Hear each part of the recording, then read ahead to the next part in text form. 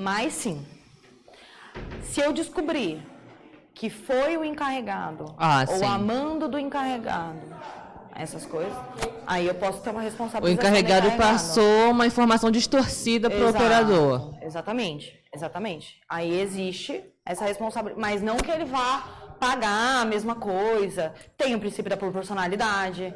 Então, vamos ver. Isso tudo calculado lá do juiz judiciário, nem eu saberia te informar quanto que seria. Sim. Mas existiria, sim, uma responsabilidade, desde que provado de que ele teve culpa nesse cartório aí, desse vazamento. Mas houve, foi descoberto que foi lá no setor do RH. O encarregado, ele tem responsabilidade perante o projeto. Sim, mas não monetariamente, não. Graças a Deus. Menos pior. Sim. Voltamos. E o Renato, no meu encarregado? Vou fazer o que sem ele aqui? Ai, gente. Tá, então eu vou fazer assim. Eu vou fazer assim. Tá indo já, São Paulo? Ok? Então tá bom, gente, ó. Eu vou. Enquanto o Renato, nosso encarregado, não chega, eu vou deixar aqui para vocês uma questão com relação à base. As bases legais, tá? Então, vamos lá. Caso a base legal para o tratamento de determinado dado pessoal seja... eu já fiz isso? Já foi, não foi? Então tá bom. Então eu vou começar a falar um pouquinho sobre os direitos dos titulares. Vamos lá.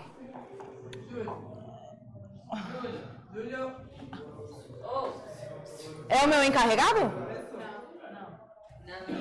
Só participante, é o mero participante. É o autoprocurador. Mas você é um belo de um encarregado, hein? Olha, vou falar. Vou falar. Gente, rapidinho, ó, esse aqui, eu não quero atrapalhar muito a dinâmica do trabalho de vocês, e esse daqui vai ser o último tópico do dia, tá? Sem sombra de dúvidas, o mais importante, porque sem o direito dos titulares, a LGPD não se portaria em pé e a nossa conscientização ia por água abaixo. Então, eu vou explicar detalhadamente todos os direitos e como que a gente pode exercê-los no dia a dia. Lembrando, titulares são todas as pessoas naturais de acordo com o Código Civil. Então, eu não estou me limitando aqui a falar dos direitos dos titulares perante os dados pessoais da Câmara. Então, eu quero que vocês tenham essa consciência que a gente pode fazer esse exercício de direito dos titulares perante toda e qualquer pessoa que tenha o tratamento de dados dos nossos dados pessoais. Então, eu vou começar pelo mais fácil, que eu já tinha explicado para vocês anteriormente, que é a revogação do consentimento, quando temos única e exclusivamente o tratamento de dados pessoais com a base legal do consentimento do titular. Li, aceito, concordo, quero fazer. A partir do momento que eu, como titular de dados, não quiser mais fazer, a empresa terá por obrigação, de acordo com a LGPD, de fazer essa revogação. E o nosso maior problema é como que a gente vai fazer a prova da revogação desse consentimento do titular hoje em dia perante os encarregados. Não é um problema da Câmara de Itapevi, não é um problema da Câmara de Barueri, não é um problema exclusivamente do CNPJ, e sim como faremos a prova dessa revogação e dessa eliminação dessa exclusão perante o titular. Desculpa, qual é o seu nome? A Carol havia feito a pergunta e eu dei um exemplo.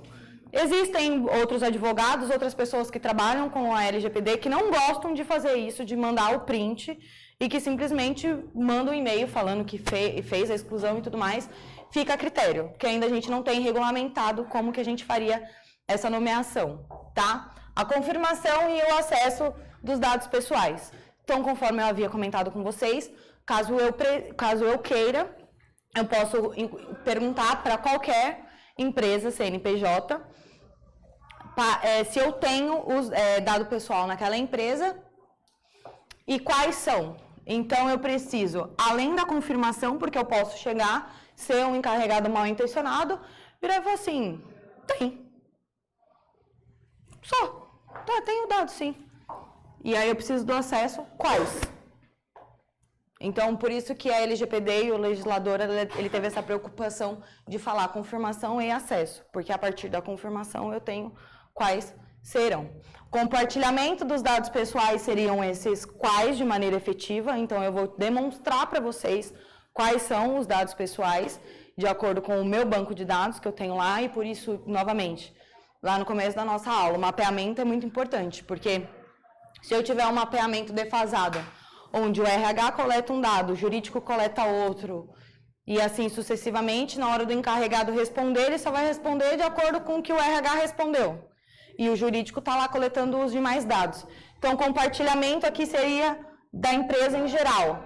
Ele vai lá no data mapping, vai buscar a pessoa ou o processo em que a pessoa está falando, então, da equipe de vendas. Eu estou pedindo a solicitação dos meus dados lá na Amazon. Eu vou no data mapping da empresa na área de vendas, vou lá e solicito tudo. Mas se fosse de RH ou do jurídico, algo nesse sentido, eu preciso ter tudo junto, tá? A explicação do tratamento é bem voltada para aquela parte da base legal, então eu preciso explicar o porquê e com qual finalidade, com qual dos princípios eu estou tratando aquele dado. Então não adianta eu só falar para você assim, ah, Jorge José, eu tenho o seu dado. Eu tenho o seu dado com a base legal no legítimo interesse, porque você me entregou, porque você tem a legítima expectativa de receber XYZ, dependendo do score do meu CNPJ, com base na necessidade do seu legítimo interesse, ou de acordo com a finalidade do score da minha empresa. É sempre assim, eu não posso simplesmente jogar essa informação para você como titular, sendo que você está fazendo uma solicitação de explicação para saber do que a gente está falando. Gente, até o final do nosso treinamento eu vou estar craque nisso, prometo. Prometo para vocês. E agora, gente, quem me ajuda?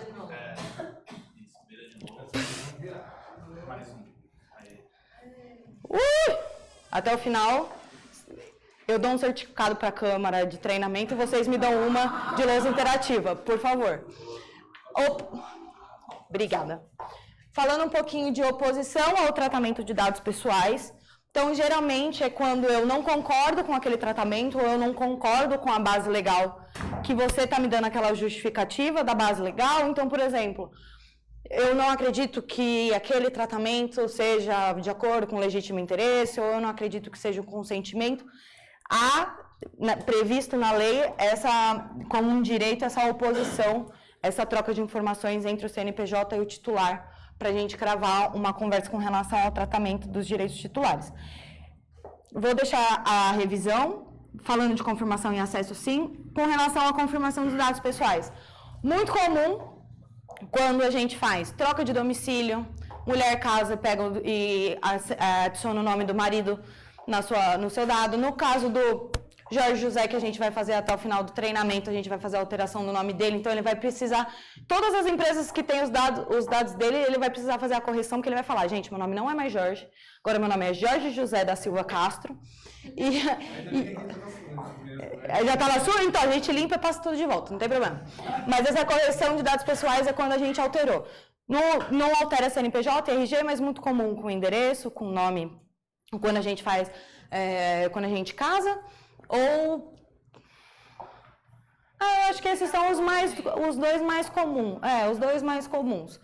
Anonimização ou bloqueio dos dados pessoais é quando a gente quer dar uma pausa ou paralisar por completo o tratamento dos dados pessoais e a gente pode fazer isso. Quando isso é possível? A gente vai voltar para cá. Então, a gente tem uma execução contratual. Ou uma execução pré-contratual, aquele que a gente estava comentando da Liv, que quer fazer o aluguel da minha casa milionária lá em Barueri. Então, ela quer contratar para daqui 3 meses. Ela quer fechar o contrato daqui 3 meses. Eu vou pedir a exclusão? Não faz muito sentido, sendo que ela já me informou que daqui 3... Então, eu faço essa anonimização, eu faço esse bloqueio temporário dos dados pessoais ali, então eu deixo ele de stand-by, é um direito do titular fazer isso, para daqui 2 ou 3 meses a gente recolocar esses dados pessoais em funcionamento perante.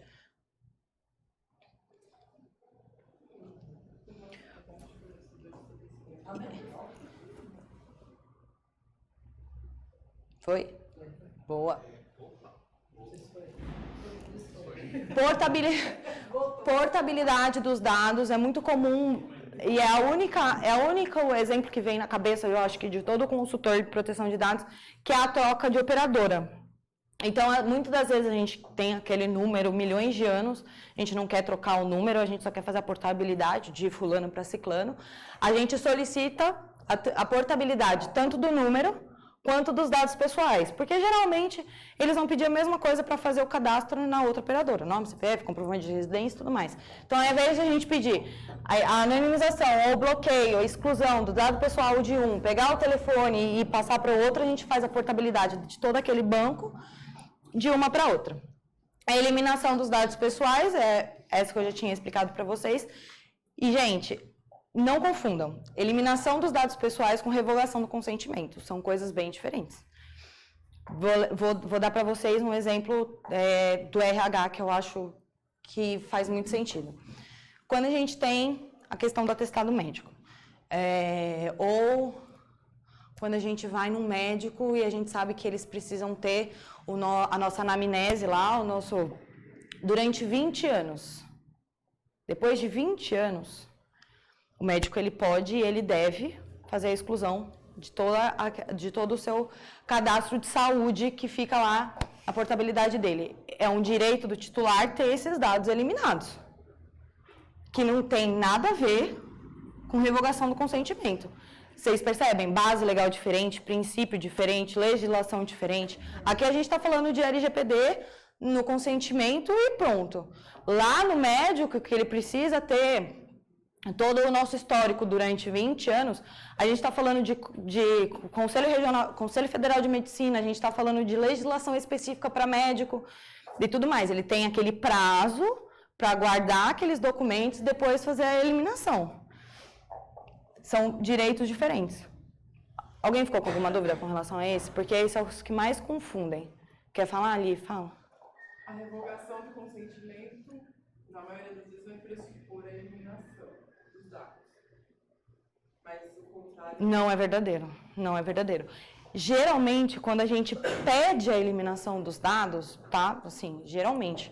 Quando a gente, inclusive, até se vocês algum dia exercerem os direitos dos titulares em alguma plataforma que tenha isso que tenha isso projetado, são campos diferentes. Campos completamente diferentes. Porque aqui você vai revogar uma base legal, de cara você vai eliminar todo aquele banco de dados ali que tem com base legal o consentimento do titular. Aqui... Geralmente, quando a gente está falando de eliminação, a gente já está falando de algo que não está com a base legal do consentimento do titular. A gente está falando de uma execução contratual que foi finalizada. Então, você ficou na minha casa 5 anos, acabou o contrato, você não quis renovar, passou o tempo de a gente entrar com alguma ação judicial para discutir alguma desavença que a gente teve, não teve... Acabou, você seguiu sua vida, você foi morar em Miami e ponto final. Você solicita a exclusão dos dados pessoais. A eliminação dos dados pessoais. Exato, exatamente. São coisas diferentes, entendeu? Mais alguma dúvida, gente? Não?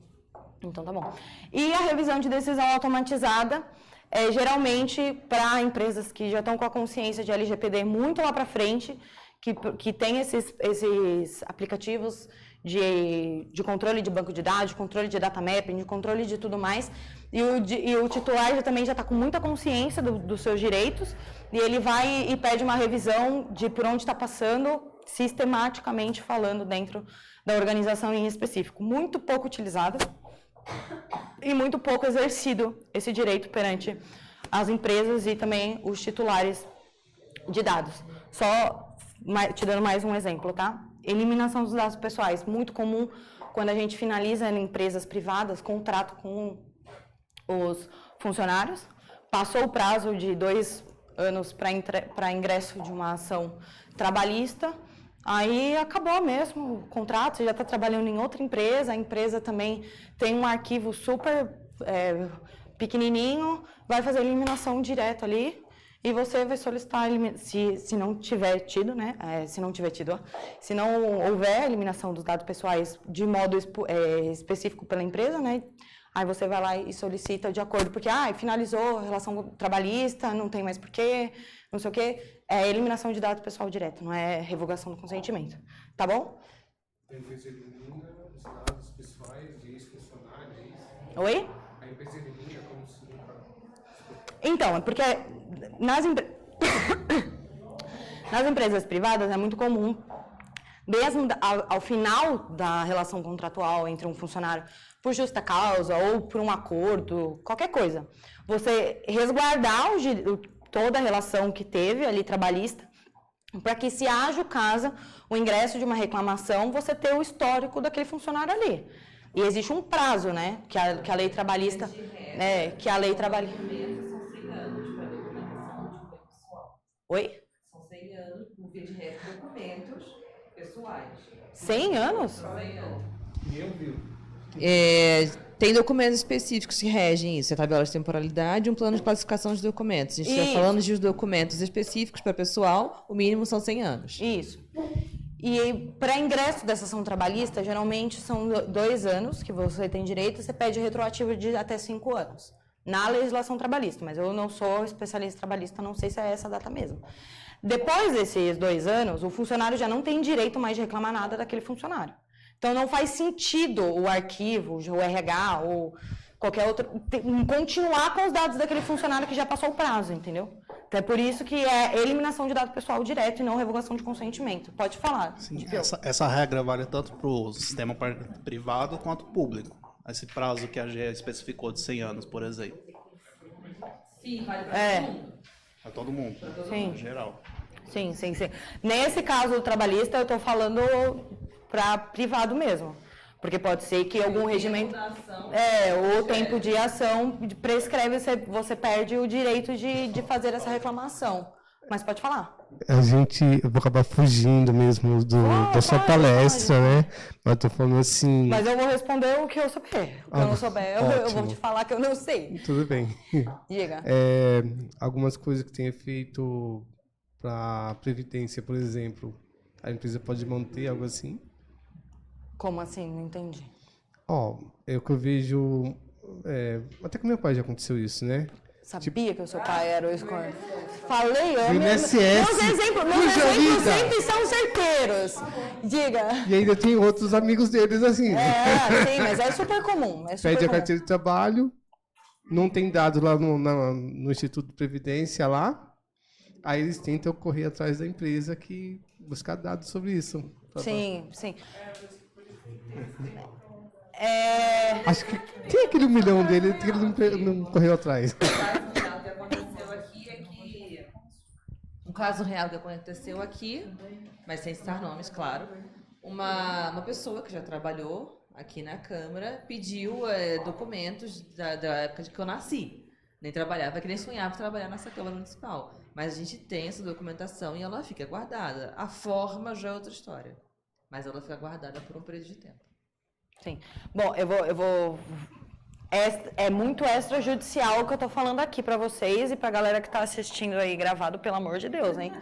Mas é muito. O que acontece, geralmente, que é muito comum pra quem ainda não tem esse nível de conscientização e tudo, é aquele diz que me disse, né? Então, assim, eu comprei... fui aqui numa loja de Itapevi e comprei uma calça. Aí, daqui uma semana... Estão me ligando do restaurante daqui da cidade, me oferecendo um cupom de 15% de desconto, sendo que eu nunca fui, nunca vi, nunca nem vi. Igual caviar. E aí o que acontece? Eu vou virar e falar assim, mas como que você tem meu dado? Sendo que eu nunca nem passei perto desse restaurante. A fulana lá da loja de calça tem uma parceria aqui com o restaurante e ela passa os clientes pra gente. Mas como assim? Primeiro que não pode, né? E isso é muito, mas muito comum no INSS. Muito.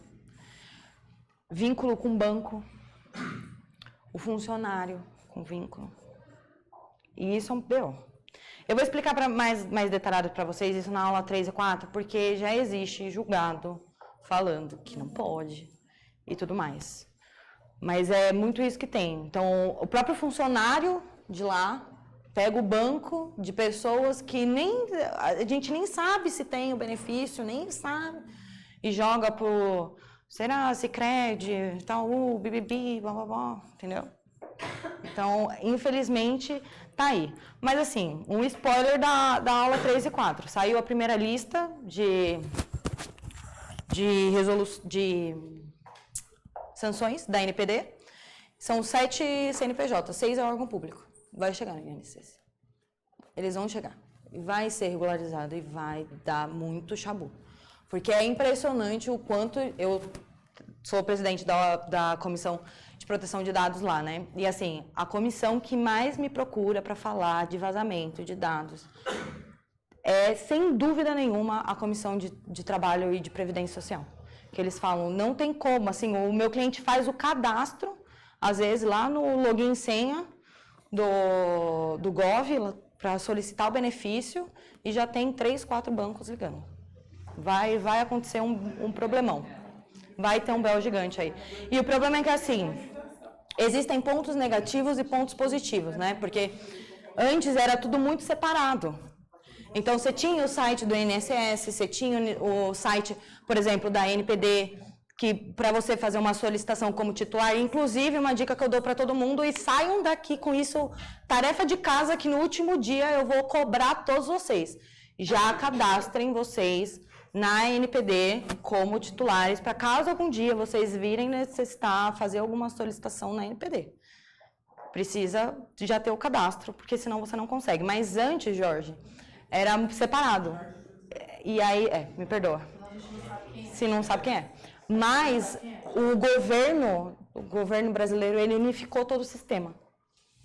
Então, se você entrar hoje no INSS, você entra no gov.br, né? Vocês entraram, você tem a vida.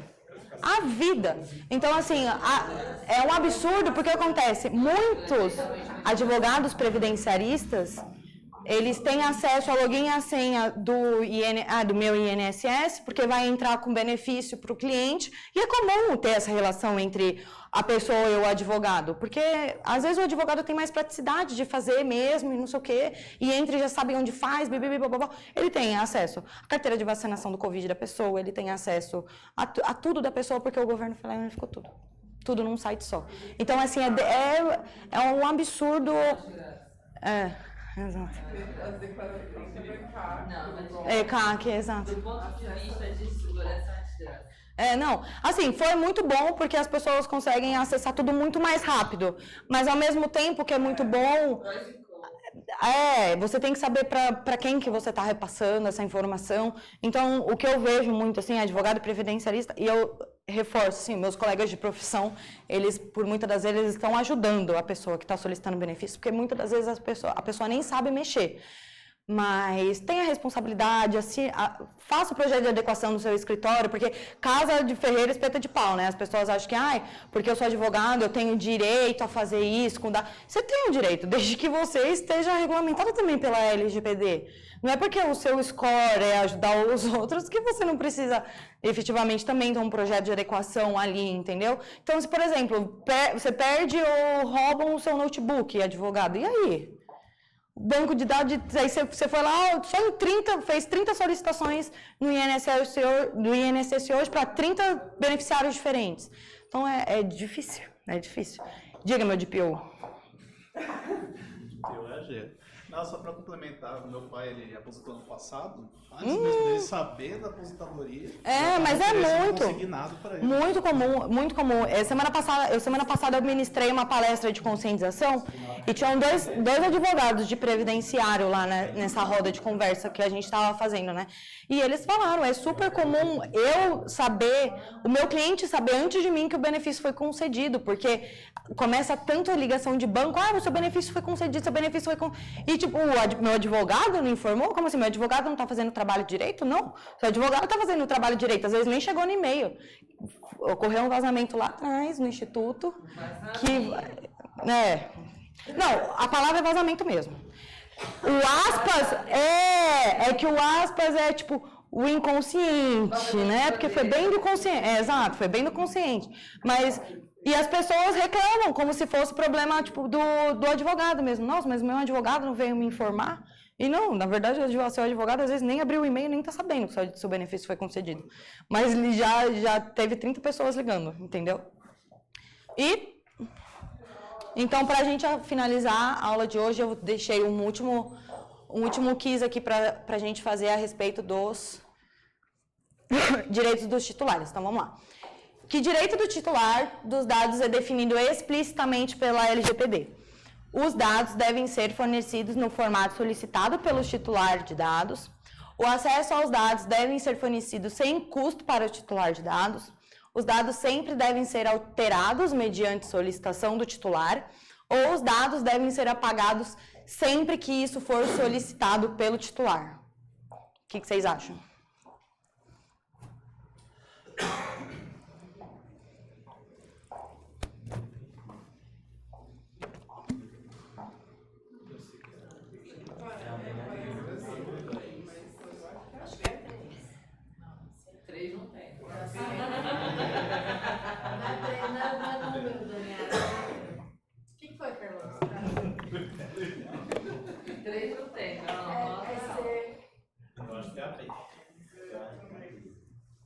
E aí? Vamos por eliminação? Quem acha que é A? Os dados devem ser fornecidos no formato solicitado pelo titular. Quem acha que é A? Não?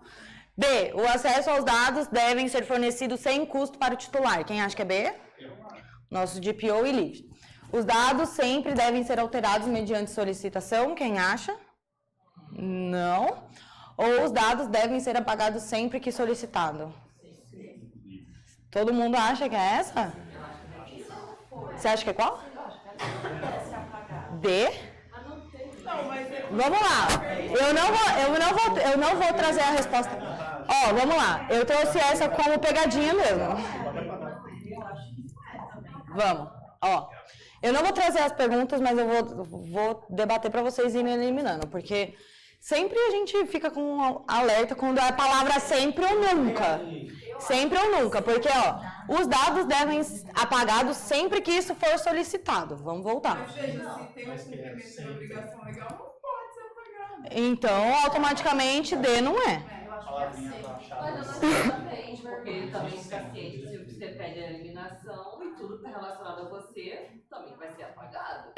A ação não vai para frente se você pediu para a revogação dos seus dados.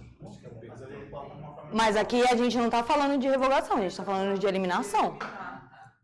Apagar os dados. Faz sentido o que você falou, mas não é isso que está perguntando. Você chega lá na RH e pede para apagar seus dados. Eu não posso. É. Pede, filha, não vou pagar. Eu tenho uma... Vamos lá. C.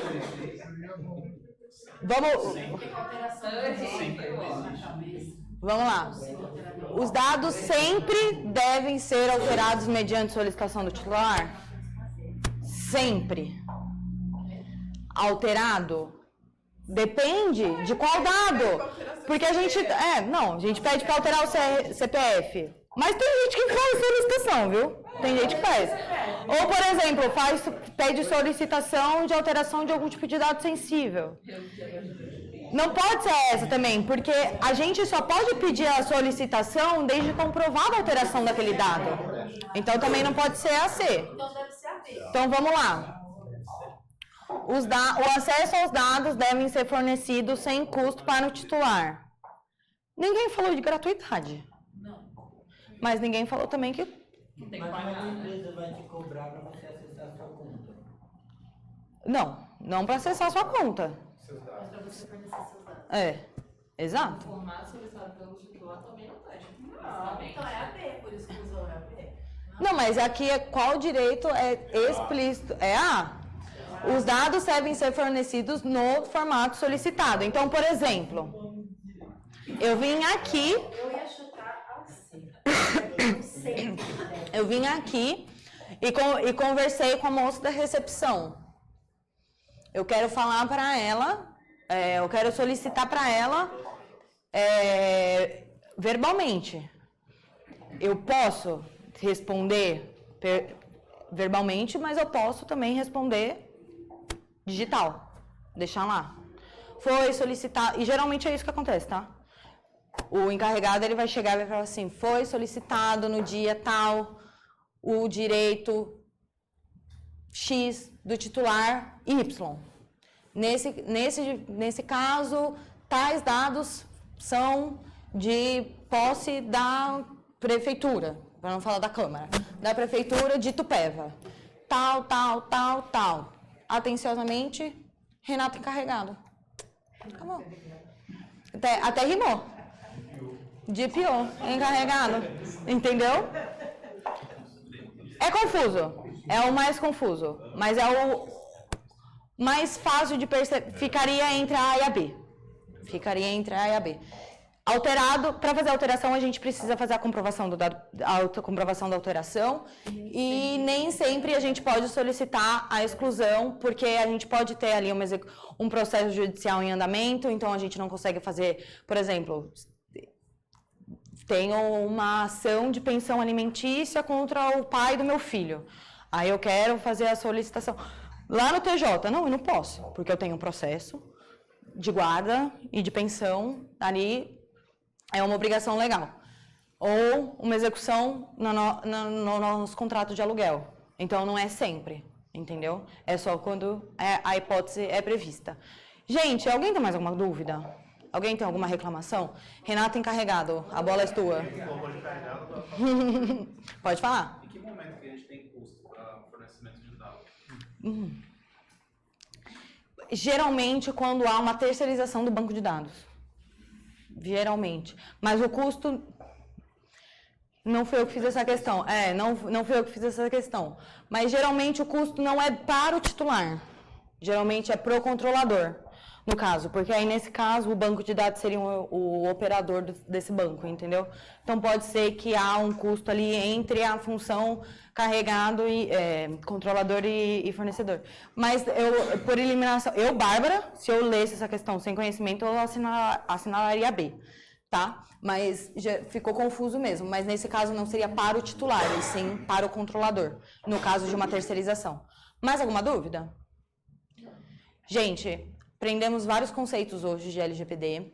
Vocês vão ter esse material ao final. Eu só não entrego para vocês hoje porque a continuação das aulas estão aqui. Estou 100% presa. A continuação das aulas estão aqui. Espero todos vocês na quarta. Foi um prazer. Gostei muito. Eu vou ficar aqui mais um pouquinho. Quem tiver alguma dúvida, tiver com vergonha de comentar. Estou aqui à disponibilização de vocês. E vamos começar essa mudança aí, hein? Quero ver o RH, o arquivo todo certinho, o pessoal do jurídico. Você trabalha com o quê, Jorge José? Eu trabalho na expedição. Expedição? Tô de olho. E você, Renato, encarregado? RH? Vocês têm muito trabalho pela frente, tenho certeza. Não, eu nomeei você. Até o final do treinamento é tu, Tatu, não adianta.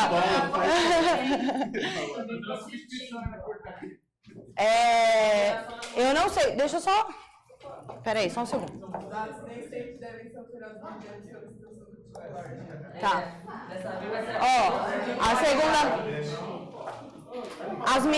As meninas no final da primeira aula vieram me falar que estão saindo... As meninas vieram falar pra mim que já estavam com os cabelos em pé aí na primeira aula. Venham tranquilos e serenos para a aula 2, porque a gente vai falar bastante de risco de segurança e análise de risco. E eu vou dar aqui inúmeros exemplos que eu tenho certeza que vocês diariamente incorrem em vazamento de dados pessoais. E a gente vai fazer algumas dinâmicas, sempre assim, com pergunta e resposta para a gente debater aqui. Mas se preparem, porque o Wi-Fi gratuito do shopping não entrarão mais nesses celulares que todos vocês estão portando agora. Então é isso, gente. Muito obrigada pela atenção, pela participação de todos. Espero vocês na quarta. E é isso. Obrigada, viu? Obrigado.